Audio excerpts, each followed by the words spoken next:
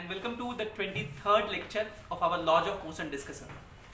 पिछले क्लास में हम लोग एक बहुत ही इंपॉर्टेंट कॉन्सेप्ट डिस्कस किए थे और वो ये था कि स्प्रिंग फोर्स अपना वैल्यू इमीडिएटली चेंज नहीं करता, इट टेक्स सम टाइम, जबकि जो स्ट्रिंग फोर्स है, the tension in string can change it's value immediately. इसी पर बेस्ड हम लोग एक बहुत इंपॉर्टेंट क्वेश्चन करने जा रहे हैं।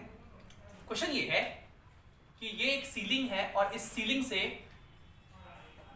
दो आइडेंटिकल स्प्रिंग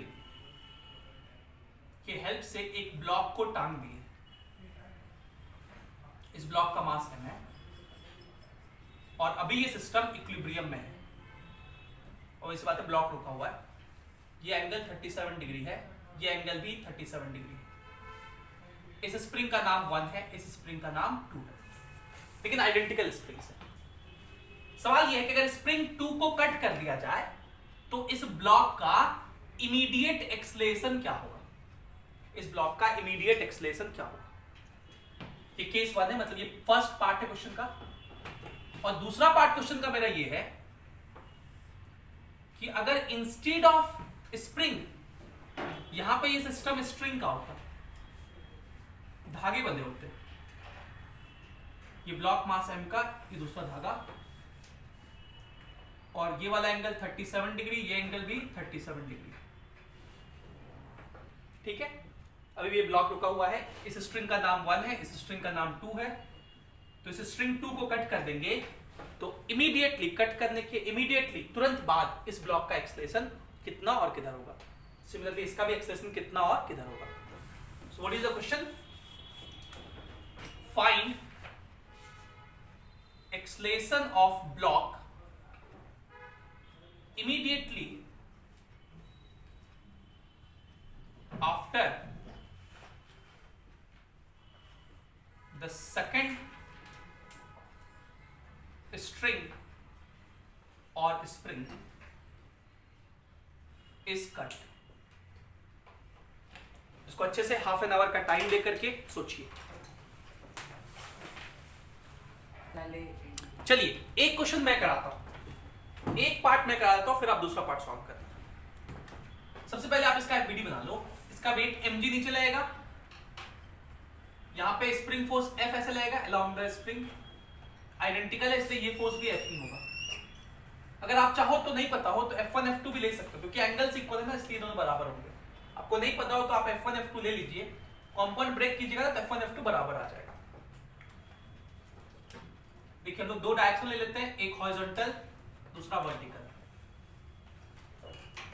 कंपाउंड में ब्रेक कीजिए, ये एंगल 37 है तो ये एंगल भी 37 डिग्री होगा। इस F का इधर की तरफ कंपाउंड क्या हो जाएगा, F cos 37, और cos 37 का वैल्यू होता है 4/5, ये हो जाएगा 4/5F। ऊपर की तरफ हो जाएगा, आप यहां भी दिखा सकते हो, यहां भी दिखा सकते हो, sin 37 3/5F। इसका भी सिमिलरली दो कंपाउंड होगा, ये 37 डिग्री है तो यहां प्लस ऊपर में 3/5F लिख देता है और इधर वाला 4/5F। ठीक है, देखिए दोनों बराबर है, कट जाएगा। ऊपर भी फोर्स बराबर रहेंगे क्योंकि सिस्टम इक्विलिब्रियम में था। तो ऊपर नेट फोर्स कितना हो गया 6F/5 और नीचे कितना हो गया mg। तो F का वैल्यू कितना हो जाएगा 5mg/6। कोई दिक्कत यहां तक? अब चलिए, अब हमने क्या कर दिया, एक स्प्रिंग को कट कर दिया, कट कर दीजिए। अब सिस्टम कैसा दिखेगा, ये सीलिंग, ये दूसरा पहला वाला स्प्रिंग, और ये सब डायग्राम हम लोग इमीडिएटली ड्रॉ कर रहे हैं। ये सब डायग्राम कैसा ड्रॉ कर रहे हैं, इमीडिएटली, तुरंत। ये एंगल 37 ही रहेगा, कोई चेंज नहीं होगा। इसका वेट तो अभी भी mg नीचे लगते रहेगा, mg चेंज हो जाएगा जी, mg तो हमेशा वही रहता है। अब बताओ स्प्रिंग फोर्स के बारे में क्या बताए थे, ये अपना वैल्यू इमीडिएटली चेंज नहीं करता। तो अभी भी स्प्रिंग फोर्स जितना था F अभी भी उतना ही रहेगा, मतलब 5mg/6 ही रहेगा। अब ये जो ब्लॉक है, इस पर टोटल जो फोर्स दिख रहा है वो मुझे पता है। अब मैं अगर पूछूं कि ये ब्लॉक का एक्सेलरेशन किधर और कितना होगा, ये बताओ। तो आप क्या करेंगे, आप दोनों फोर्स पता है हम हम लोग को क्या क्या फोर्स लग रहा है। आप क्या करो, यहाँ पे एक्सिस ले लो, एक एक्सिस ले लेते हैं हॉरिजॉन्टल, दूसरा एक्सिस ले लेते हैं वर्टिकल। तो mg तो इधर ही लग रहा है, ये 37 है, तो ये एंगल भी कितना होगा 37। इसका इधर की तरफ कंपाउंड कितना हो जाएगा 5mg/6 इंटू cos 37। cos 37 कितना होता है 4/5। तो 5 कटा और 2 से 8 तो 2/3 mg ये हो गया। और एक कंपाउंड इसका ऊपर होगा, ये 4/5 था, तो ये 3/5 इंटू 5 mg/6। तो 5 कट गया, कितना हो गया mg/2। तो ये जो ब्लॉक है, अगर इस ब्लॉक को दिखाएं लोग, ये y एक्सिस और ये x एक्सिस, इस ब्लॉक पर देखिए, इसी ब्लॉक का डायग्राम हम यहां दिखाएं वापस से। इस ब्लॉक को यहां दिखाएं, देखिए इस पर इधर साइड कितना फोर्स लग रहा है 2 mg/3, लेफ्टवर्ड कितना फोर्स लग रहा है 2 mg/3, ऊपर की तरफ कितना फोर्स लग रहा है mg/2, और नीचे कितना फोर्स लग रहा है, तो नेट फोर्स किधर कहेंगे नीचे कितना mg/2, दोनों करेंगे, नीचे लग रहा है mg, ऊपर लग रहा है mg/2, तो नेट किधर को होगा नीचे कितना mg/2, दिस माइनस दिस, ठीक है।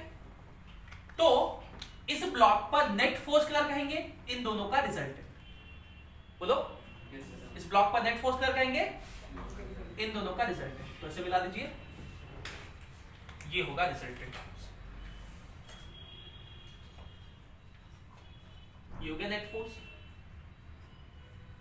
और ये नेट फोर्स कितना होगा निकाल सकते हैं, देखो इसमें mg दोनों में, तो mg कॉमन ले लो, बाकी अंडर रूट 2/3 का स्क्वायर कितना हो जाएगा, प्लस यहाँ 1/2 का स्क्वायर 1/, इस में ऐसा क्यों करते हैं पाइथागोरस थ्योरम। ये हो गया mg अंडर रूट 9 और 4 कैल्शियम 36, ये हो गया 16 प्लस 9 25, 5 mg/6।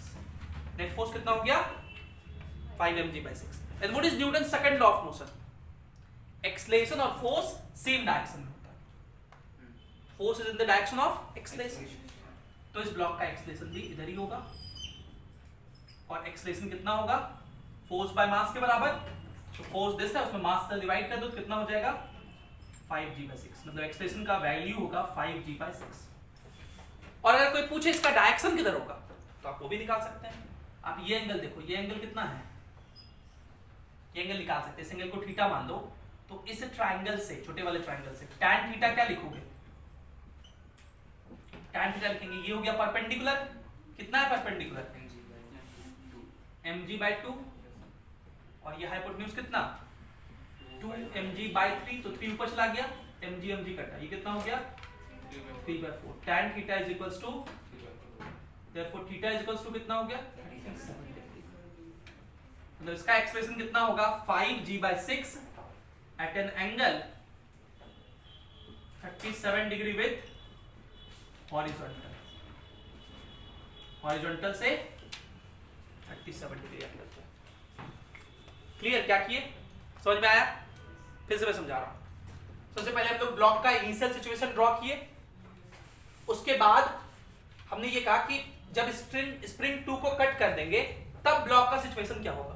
तो mg तो लगते रहेगा, लेकिन स्प्रिंग फोर्स अपने वैल्यू क्या कर लेगा इमीडिएटली चेंज कर देगा, सॉरी स्प्रिंग फोर्स अपने वैल्यू को इमीडिएटली चेंज नहीं करेगा, इसलिए जितना पहले था उतना ही अभी भी रहेगा। तो ब्लॉक पे मुझे दोनों फोर्स दिखा दिए, तो इस ब्लॉक पर नेट फोर्स कितना लगेगा वो हम लोग निकाल लिए। कैसे निकाले नेट फोर्स, समझ में आया, नेट फोर्स निकाल लिए और उसको मास से डिवाइड करके एक्सलेशन निकाल लिए, और उसका डायरेक्शन वगैरह सब निकाल लिए। क्लियर, अब बिल्कुल ऐसा ही कॉन्सेप्ट यहां भी लगा रहे हैं, लेकिन बिल्कुल सेम नहीं है, थोड़ा सा चेंज होगा उसमें, वो क्या चेंज होगा वो आपको सोचना है, ठीक है।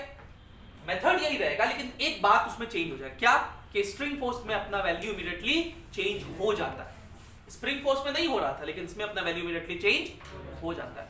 तो ये चेंज हो जाएगा, तो फिर कैसे निकालेंगे वो सोचना है आपको। इसको लिखिए,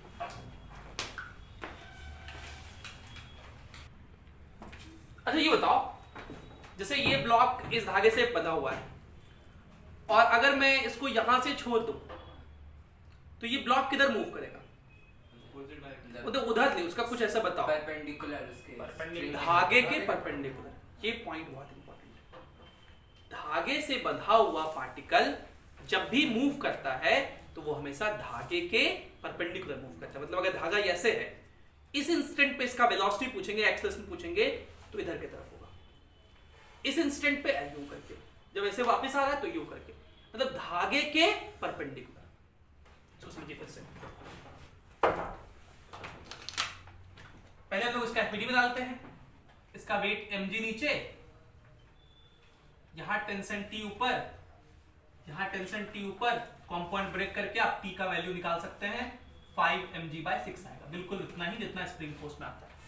हालांकि आप ये नहीं भी करोगे तो कोई बात नहीं, क्योंकि टेंशन तो अपना वैल्यू चेंज करने वाला है, तो कोई फायदा भी नहीं है। इस टेंशन को हम लोग T0 लिख देते हैं। अब जैसे इस धागे को कट करेंगे, इस सेकंड स्ट्रिंग को, तो अब सिचुएशन कैसा दिखेगा? ये सीलिंग और इस सीलिंग से ये बंधा हुआ है वो धागा और ये ब्लॉक। इमीडिएटली हम लोग डायग्राम ड्रॉ कर रहे हैं हमेशा। ये एंगल अभी भी 37 डिग्री। क्या टेंशन सेम रहेगा? नहीं, टेंशन तो क्या हो जाएगा? चेंज हो जाएगा। तो अब टेंशन T हो गया इमीडिएटली, लेकिन क्या वेट सेम रहेगा? यस, mg तो हमेशा सेम रहता है, ये तो कभी चेंज नहीं करता है। Now what was the rules और क्या स्टेप्स थे किसी क्वेश्चन, मैकेनिक्स के किसी क्वेश्चन को सॉल्व करने का? मैकेनिक्स के क्वेश्चन को सॉल्व करने का क्या रूल था? स्टेप 1 क्या था? ड्रॉ एफबीडी, ड्रॉ कर लिए। स्टेप 2 क्या था? Take 2 perpendicular axis, one along the motion. इसका मोशन किधर होगा? धागे के परपेंडिकुलर। तो हम लोग दो जो एक्सिस लेंगे, एक लेंगे this is along the string, this is along the string, and this is perpendicular to the string. This is perpendicular to the string. ये दो एक्सिस लेंगे हम लोग, एक धागे के लॉन्ग और दूसरा धागे के परपेंडिकुलर। दूसरा तीसरा स्टेप क्या था? वह फोर्स जो एक्सिस के अलॉन्ग हो उसको ऐसे छोड़ दीजिए, तो टेंशन को ऐसे छोड़ दिए। दूसरा वह फोर्स जो एक्सिस के अलॉन्ग नहीं हो उसको कंपोनेंट से ब्रेक कर दीजिए। इसको कंपोनेंट ब्रेक करना होगा mg को। तो एंगल देखिए, ये एंगल 37 है, तो कौन सा एंगल 37 होगा? यहां अगर वर्टिकल बना दें तो ये वाला 53 हो जाएगा। मतलब वर्टिकल से धागे का एंगल 53 है, वर्टिकल से ये वाला एंगल कितना हो जाएगा? 53। कॉरस्पॉन्डिंग एंगल देखिए, mg के दो कंपोनेंट होंगे। mg का इधर की तरफ कंपोनेंट क्या हो जाएगा? mg cos 53। cos 53 कितना होता है? 3/5। ये हो जाएगा 3/5 mg, और इधर की तरफ ये हो जाएगा 4/5 mg। ये वाले फोर्सेस बैलेंस कर लेंगे, क्योंकि इस डायरेक्शन में कोई भी मोशन नहीं होगा। ऐसा तो नहीं होगा कि धागा टूट करके इधर चला जाएगा। धागे का लेंथ तो बढ़ नहीं सकता, इधर तो जा नहीं सकता, धागा स्लैक नहीं हो सकता, हमेशा टाइट रहता है। तो अगर आपसे पूछे कि इमीडिएटली चेंज होकर टेंशन कितना हो जाएगा, then you can write tension कितना हो जाएगा? 3 mg/5। This is the new value of tension, new value of tension. और नेट फोर्स यही लग रहा है, यही हो गया नेट फोर्स। जिधर नेट फोर्स है उधर ही एक्सेलरेशन भी होगा। तो कितना एक्सेलरेशन लिखेंगे? This is equals to mass into acceleration. तो एक्सेलरेशन कितना हो जाएगा? 4g/5। और अगर कोई इसका डायरेक्शन पूछे तो देखिए, ये रहा हॉरिजॉन्टल, देखो ये वर्टिकल, ये 53, ये 90, ये कितना हो जाएगा? 37। और ये पूरा 90 है, धागे के परपेंडिकुलर मूव कर रहा है ना, ये पूरा क्या है? 90। तो ये कितना होगा? 53। मतलब at an angle 53 degree with horizontal. पिछले केस में ये एंगल कितना था? 37 डिग्री। पिछले केस में इस एक्सेलरेशन का वैल्यू कितना था? अलग था, 3g/5 आया था शायद। कितना आया था? 5g/6। 5g/6 था। तो दोनों केस में देखिए अलग अलग डिफरेंस समझ में आ रहा है। This is the difference between spring force and string force. And with this we concluded the fourth force of our discussion. हम लोग क्या डिस्कस कर रहे थे? Important forces in mechanics. Then we discussed the first force mg, second force normal, third tension in string and fourth spring force. ठीक है, पांचवा force जो हम लोग को डिस्कस करना है वो है फ्रिक्शन। वो हम लोग का अगला चैप्टर होगा। लेकिन फ्रिक्शन डिस्कस करने से पहले हम लोग को एक कॉन्सेप्ट डिस्कस करना है जिसको हम लोग स्यूडो फोर्स कॉन्सेप्ट या स्यूडो फोर्स टेक्निक कहते हैं। ये कोई नया फोर्स नहीं है, इट्स जस्ट अ टेक्निक। ठीक है, स्यूडो वर्ड का ही मतलब होता है फॉल्स। स्यूडो वर्ड का मतलब होता है फॉल्स। तो स्यूडो फोर्स एक फॉल्स फोर्स है जो कि होता नहीं है, लेकिन उसको लगाते हैं, क्यों लगाते हैं, क्या यूज है, उसके बारे में आज हम लोग चर्चा करेंगे। पहले उसको लिखिए, फिर हम लोग उसके बारे में चर्चा शुरू करते हैं। Now let's discuss pseudo force। अब हम लोग pseudo force का डिस्कशन शुरू करते हैं। सो हेडिंग डालिए pseudo force technique. pseudo force technique.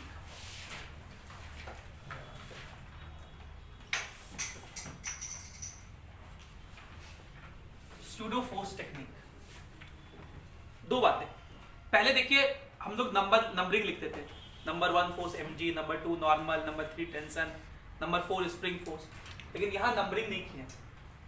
ये नंबरिंग नहीं करने का क्या रीजन है कि ये कोई फोर्स नहीं है, ये एक टेक्निक है। दूसरा बात, मैंने यहां एक लिखा भी है टेक्निक। इसका मतलब ये एक टेक्निक है, ये कोई नया फोर्स नहीं है। अब ये टेक्निक क्या है उसको हम लोग समझते हैं। इसको मैं इन जनरल एक कहानी से सुनाता हूं कि एक बार क्या हुआ। एक एलिवेटर था, एक लिफ्ट था,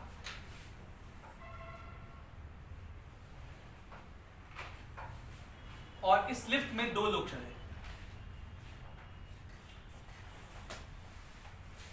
ये मिस्टर झा है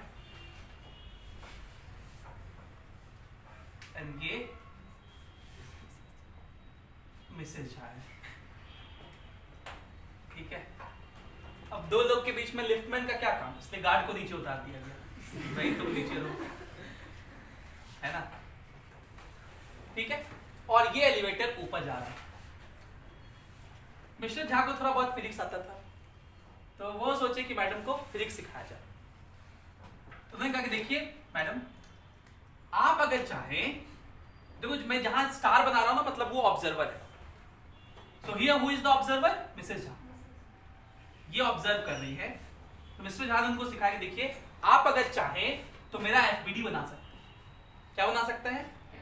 एफबीडी बनाइए। दुनिया में कितने फोर्स होते हैं? 4। एक तो mg, एक तो नॉर्मल, एक तो टेंशन, एक तो स्प्रिंग फोर्स। यही 4 फोर्स लिखे। तो इस पर mg दिखा दीजिए मेरे ऊपर नीचे, और ये जो लिफ्ट का फ्लोर होगा, सरफेस, वो नॉर्मल लगाएगा। और कोई फोर्स लग रहा है?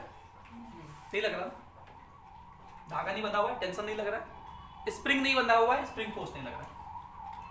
नाउ अगर मिसेस झा से पूछा जाए कि उनके रेस्पेक्ट में मिस्टर झा रेस्ट पर है कि मोशन में है, या क्या इनके रेस्पेक्ट में इनका पोजीशन चेंज कर रहा है? नहीं कर रहा है। इनके बीच का डिस्टेंस जितना है वो हमेशा क्या रहेगा? कांस्टेंट रहेगा, इररिस्पेक्टिव ऑफ द फैक्ट कि ये एलिवेटर ऊपर जाए या नीचे जाए। So with respect to B, A is at rest। A is at rest, रुका हुआ है। तो अगर A रुका हुआ है तो A पर जितना फोर्स ऊपर उतना ही फोर्स नीचे। तो N इज इक्वल्स टू क्या लिखेंगे? mg। कोई प्रॉब्लम नहीं। सिचुएशन दूसरा केस समझिए।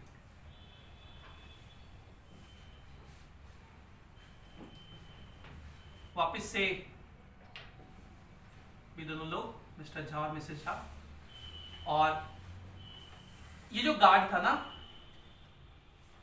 इसको भी थोड़ा फिजिक्स पढ़ा दिया गया, और इस बार ये ऑब्जर्वर है और ये गार्ड एफबीडी बना रहा है इसी सिचुएशन का।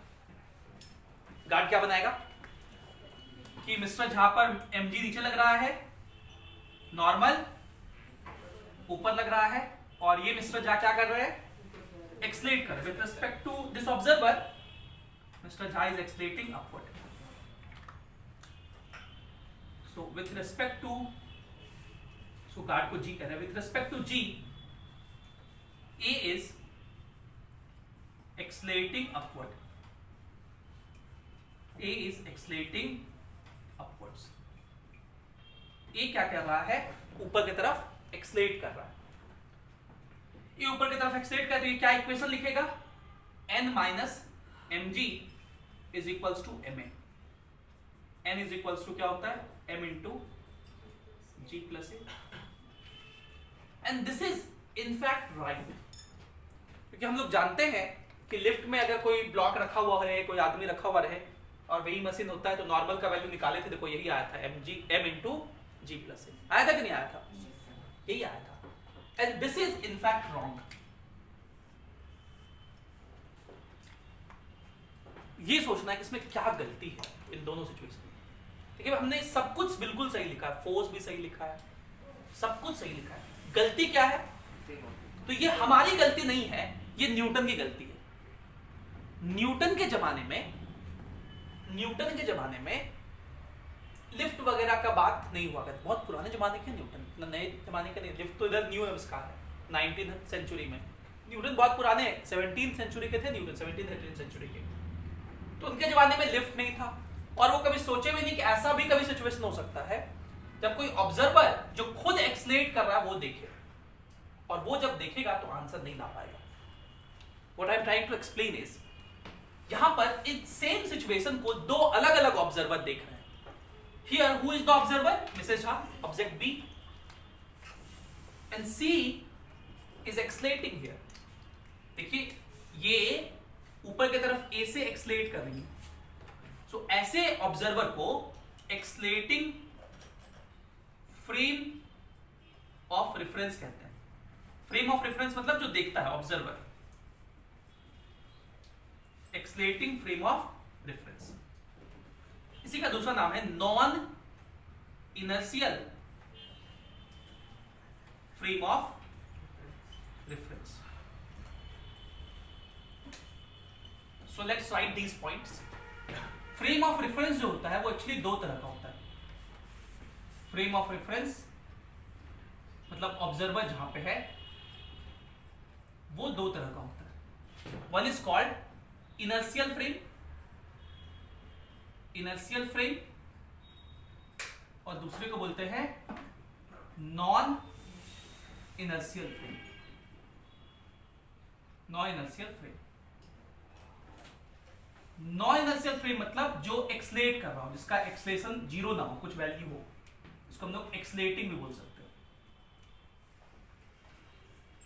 नॉन इनर्शियल मतलब होता है रुका हुआ, नॉन इनर्शियल मतलब जो रुका हुआ ना, एक्सलेट कर रहा हो, जिसका कुछ एक्सलेशन हो। और इनर्शियल फ्रेम मतलब जिसका एक्सलेशन क्या हो, जीरो, जिसका एक्सलेशन क्या हो, zero. So Newton's laws of motion जो होते हैं वो सिर्फ और सिर्फ इनर्शियल फ्रेम में एप्लीकेबल होते हैं। इसमें Newton's laws of motion applicable होते हैं। So whenever you will solve the question from inertial frame, you will be able to get the right answer, है ना। जब भी आप inertial frame में, जैसे ये ग्राउंड पे जो ऑब्जर्वर है, इसका कोई भी एक्सलेशन नहीं है, तो ये कैसा फ्रेम हो गया, inertial frame। ये इसका एग्जांपल है। तो इस फ्रेम में आपको बिल्कुल सही सही आंसर मिलेगा, न्यूटन्स लॉज लगाएंगे, बिल्कुल सही सही आंसर निकल जाएगा। लेकिन नॉन इनर्शियल फ्रेम के लिए, मतलब एक्सलेटिंग फ्रेम के लिए, Newton's laws of motion are not valid. Very important point, they are not valid, वो वैलिड नहीं है। ये न्यूटन की कहानी खत्म हो गई। मिसेस झा को मैंने यही कहा कि देखिए मैडम, आपसे आंसर इसलिए नहीं आ पा रहा है क्योंकि ये जो आप इक्वेशन लिख रहे हैं कि ए रेस्ट पर है तो n is equals to mg होगा, जितना फोर्स ऊपर उतना फोर्स mg। ये सारी बातें जो न्यूटन्स लॉज आप लगा रहे हैं वो आपके रेस्पेक्ट में वैलिड नहीं है। Why? Because you are an example of non inertial frame of reference. उन्होंने कहा ये तो गलत बात है, न्यूटन जैसे महान हस्ती को कैसे गलत कह सकते हैं? न्यूटन जैसे महान हस्ती को गलत कहे तो बहुत नाइंसाफी वाली बात होगी। मैंने कहा कि देखिए गलत तो है, अब कुछ किया नहीं जा सकता, लेकिन अगर आपको भी मन है कि आंसर ला दें तो एक और टेक्निक सिखा देते हैं, और उसी टेक्निक का नाम है pseudo force technique. What is pseudo force technique? So whenever you want to find answer, correct answer from non-inertial frame of reference by applying Newton's laws of motion, which you cannot apply in general. मैं क्या कह रहा हूं, non inertial frame में Newton's laws of motion नहीं लगते हैं, लेकिन आप चाहते हैं कि लगाएं और आंसर आ जाए, तो आपको एक टेक्निक का यूज करना पड़ेगा, जिस टेक्निक का नाम क्या है, स्यूडो फोर्स टेक्निक। सो स्यूडो फोर्स टेक्निक कब लगाएंगे, पॉइंट नंबर 1, कब लगाएंगे, when is applied, when situation is observed from non inertial frame। Non inertial frame का क्या मतलब, जो एक्सलेट कर रहा हो, तभी लगाएंगे ये टेक्निक। ये तो इन जनरल इसमें लगाने का जरूरत ही नहीं था, हम लोग का आंसर हो गया था। लेकिन अगर कोई एक्सलेट कर रहा हो, वो अगर लगाना चाहे, अगर आंसर निकालना चाहे, तो आप लगाएंगे, हमेशा नहीं लगाएंगे। नहीं, रेस्ट पे होना जरूरी नहीं है। जो नहीं, जो ऑब्जर्वर हो, जो ऑब्जर्वर है वो एक्सलेट करना है, ऐसा अगर सिचुएशन है, जो ऑब्जर्वर है अगर वो एक्सलेट कर रहा है, वो अगर मोशन को ऑब्जर्व करेगा, तो आपको यहां पे स्यूडो फोर्स टेक्निक यूज करना है, तभी आंसर ला सकते हैं। ठीक है, और अगर ऑब्जर्वर एक्सलेट नहीं कर रहा है, तब कोई स्यूडो फोर्स टेक्निक नहीं, चारों फोर्स जैसे दिखाते हैं दिखाइए, आंसर पाइए। ठीक है, so in non inertial frame of reference we use pseudo force technique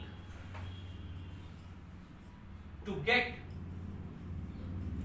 consistent result.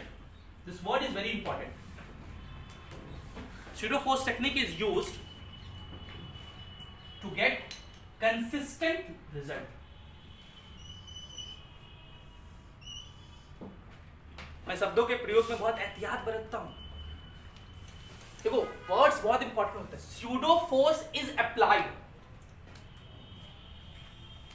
Employed, कहीं लिखा होता है एम्प्लॉयड या अप्लाइड, इसका मतलब स्यूडो फोर्स लगाया जाता है। mg एक्ट्स, mg लगता है, mg अपने आप लगता है, आप नहीं लगाते। टेंशन लगता है, टेंशन एक्ट्स, नॉर्मल एक्ट्स, अपने आप लगता है, जैसे ही सरफेस पे आया नॉर्मल काम करना शुरू कर देगा। लेकिन pseudo force is applied, it is employed, क्योंकि ये हम लोग लगा रहे हैं, ये कोई फोर्स है नहीं, ये बस एक क्या है, टेक्निक, एक फॉल्स चीज है, जो कि चीज हम लगा देंगे जिससे ये आंसर आ जाएगा। ठीक है, इसलिए स्यूडो फोर्स इज अप्लाइड और employed to get consistent result. Consistent result का मतलब सेम आंसर लाने के लिए। But remember, it does not mean that Newton's laws of motion becomes valid by applying pseudo force. No, Newton's laws of motion are not valid. क्यों? क्योंकि दुनिया में 4 ही force होता है, pseudo force कुछ होता ही नहीं है, हम लोग जबरदस्ती कुछ करके आंसर ला देते हैं। For example, what we do actually. So what is pseudo force? पहले तो ये हो गया कब लगाते हैं, क्यों लगाते हैं, ये भी समझ में आ गया, क्योंकि Newton's laws of motion valid नहीं है। अब कितना होता है और कैसे लगाते हैं, तो pseudo force को FPS लिख रहा है या F pseudo, ये होता है मास of the body into acceleration of the observer, और ये निगेटिव साइन शो करता है कि एक्सलेशन ऑफ ऑब्जर्वर के अपोजिट में लगाते हैं स्यूडो फोर्स को। मतलब यहां पे ये ऑब्जर्वर था ना, इस ऑब्जर्वर का खुद का एक्सलेशन है ऊपर की तरफ, और ध्यान देना इस ऑब्जर्वर का एक्सलेशन ऊपर की तरफ है, ये कौन बता रहा होगा, ग्राउंड पे बैठा, क्योंकि मिस्टर झा तो नहीं कहेगा कि एक्सलेट कर रही है, ग्राउंड पे बैठा आदमी कहेगा कि ये एक्सलेट कर रहा है।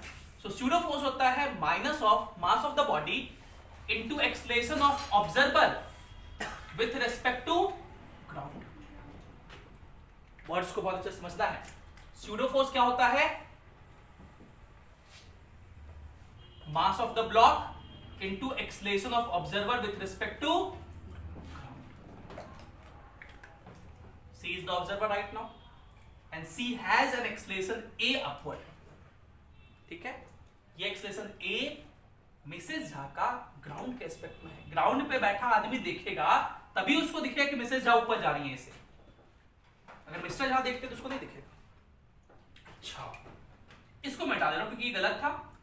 एक्चुअली हमको क्या कहना था कि उसके नीचे ये डायग्राम फिर से बनाना था, लेकिन मेरे पास यहाँ पे जगह नहीं, इसलिए मैं इसको मिटा रहा हूं। आप लोग को ये लिखना था, ये पूरा यहां तक लिखना था और फिर इसके नीचे ये डायग्राम वापस से बनाना था। मैं इसी में काम कर रहा हूं। देखिए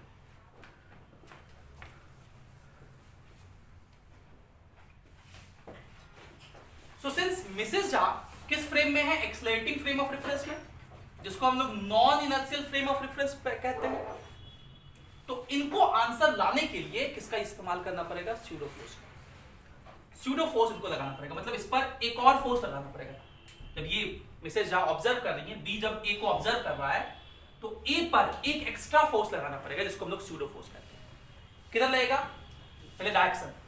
ये ऑब्जर्वर ग्राउंड के रेस्पेक्ट में किधर जा रहा है? ये ऑब्जर्वर देखिए ऊपर जा रहा है ऐसे, तो ये ऑब्जर्वर के एक्सेलरेशन के ऑपोजिट लगेगा स्यूडो फोर्स। ये ऑब्जर्वर ऊपर जा रहा है, इसलिए इस ब्लॉक पर स्यूडो फोर्स नीचे लगेगा। कितना?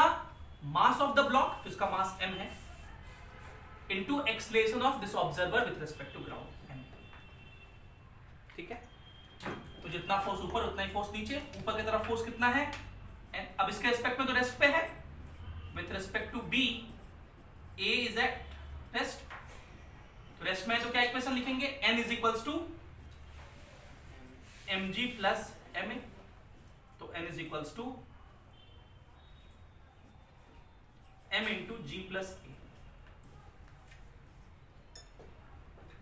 ठीक है, आंसर आ जाएगा। So result will become consistent, but it does not means that Newton's laws of motion becomes valid. So if tomorrow a statement comes in your examination that by application of pseudo force Newton's law of motion becomes valid in accelerating frame, then it will be a false statement. However, you can get the answer but the law does not become valid. Answer मिल गया लेकिन law valid नहीं हुए। आप पूछिएगा काहे नहीं sir law valid हुआ? क्योंकि अगर आप में से कोई हमसे पूछ दे कि सर ये स्यूडो फोर्स ma ही क्यों होता है, I will not have any explanation. I have explanation why it is mg. ये नॉर्मल क्यों लग रहा है, कौन लगा रहा है, मैं बता सकता हूं। ये ma कौन लगा रहा है? हम लोग लगा रहे हैं। सही में लगा रहे हैं क्या? नहीं लगा रहे हैं। Can Mr. Jha feel this force ma? He can feel mg. He can feel this normal. But can he feel this ma? No. आप में से कोई पूछे सर ये जो स्यूडो फोर्स है ये ऑब्जर्वर के अपोजिट ही क्यों लगता है? I will not have any answer. लगता है इतना होता है, ये टेक्निक है आंसर लाने का। There is no reasonable explanation for this. The only explanation is just to get correct answer, and this means by application of a false thing, ये फोर्स ही है, ma फोर्स होता है, by application of a false force, false technique we use to get the correct answer in non-inertial frame of reference. So pseudo force is only employed when you are discussing the situation with the help of non-inertial frame of reference. Okay? और वो कितना होता है? ma होता है। कैसे लगाते हैं वो सारी बातें मैंने आपको दिखा दी। लेकिन अगर आप सिचुएशन को नॉर्मल जैसे हम लोग अभी तक करते आए थे इनर्शियल फ्रेम से कर रहे हैं, तब स्यूडो फोर्स लगाने की कोई जरूरत नहीं है। फिजिक्स में रेयरली, बहुत कम ही जगह पे जब क्वेश्चन ही इस तरह से फ्रेम किए जाते हैं कि आपको स्यूडो फोर्स लगाना ही पड़ेगा। एंड विल सी क्यों स्यूडो फोर्स लगाना पड़ता है, वो हम लोग अभी देखेंगे। एक सवाल वैसा करेंगे जिसमें आपको स्यूडो फोर्स लगाना ही पड़ेगा, उसके बिना कोई ऑप्शन नहीं है। I hope this becomes clear to you, and since time is not available so will discuss that particular question in the next lecture. आज के लेक्चर को हम लोग यहीं पे समाप्त कर रहे हैं। We discuss what is pseudo force. So pseudo force एक फोर्स होता है, मतलब एक फॉल्स टेक्निक होता है जिसको हम लोग एम्प्लॉय करते हैं जब नॉन इनर्शियल फ्रेम से, मतलब एक्सेलरेटिंग फ्रेम से मोशन को ऑब्जर्व कर रहे हो। क्यों एम्प्लॉय करना पड़ता है? Because Newton's laws of motion are not valid there, we can not get the answer, and so to get the consistent result, the right answer, we employ pseudo force. कितना होता है pseudo force? Mass into object into acceleration of observer with respect to ground. Negative sign क्या show करता है कि pseudo force acceleration of observer के opposite में लगता है। to get the correct answer. And the last very important point, वो मैंने लिखा नहीं, वो आप लिख दीजिएगा, नहीं नोट करके यहाँ चाहे तो लिख सकते हैं. With the application of pseudo force, the Newton's law of motion does not become valid in non-inertial frame. Full stop. बस. So this completes our discussion for the day. Thank you for being with us. Have a great day.